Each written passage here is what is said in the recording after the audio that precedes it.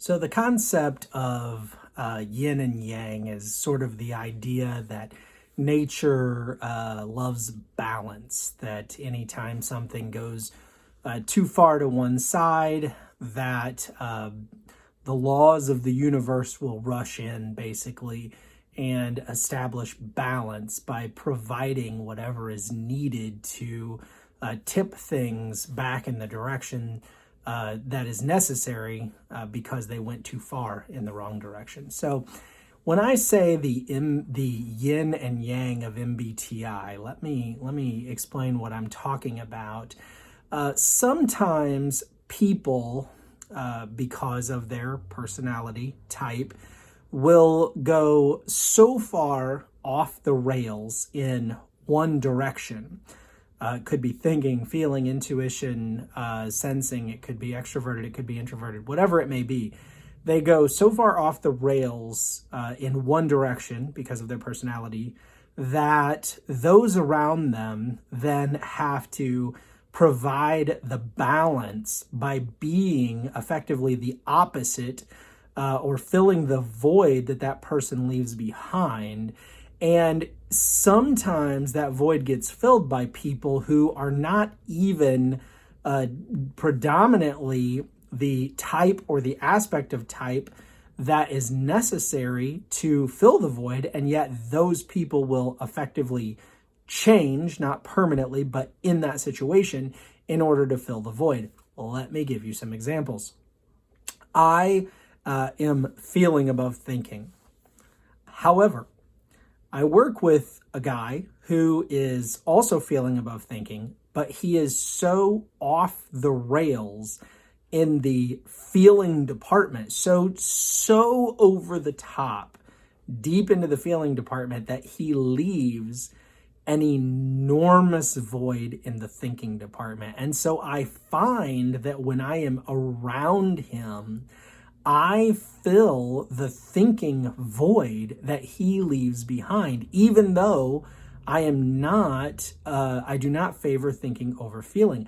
When I'm around him, I am almost more of an ISTP. I almost behave more as an ISTP around him than I do an ISFP, because the void that he leaves behind in the thinking realm has to be filled. Now, I don't really intend to do it. I don't go into every day thinking, okay, I have to be an ISTP around this guy because he leaves such a huge void in the thinking realm.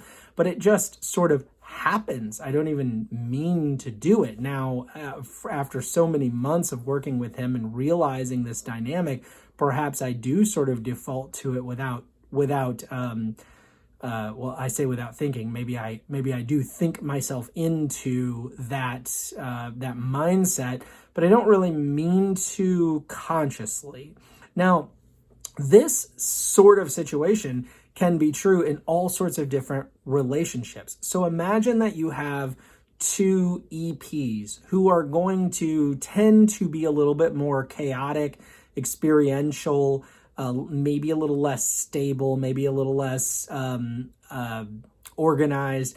And one of them might be so all in on chaos or instability or something of that nature that the other one almost becomes an IJ around him or her, because the one EP is so off the rails in sort of the chaos department that the other EP has to become an IJ to bring balance, because nature will not allow that void to exist for too long. Now, of course, this is not always the case. Sometimes both EPs could be crazy off the rails in the let's go experience new things department, and sometimes two IJs could theoretically be both off the rails in the we need to organize everything department. But as a general rule, it's only a matter of time before the void that is left, the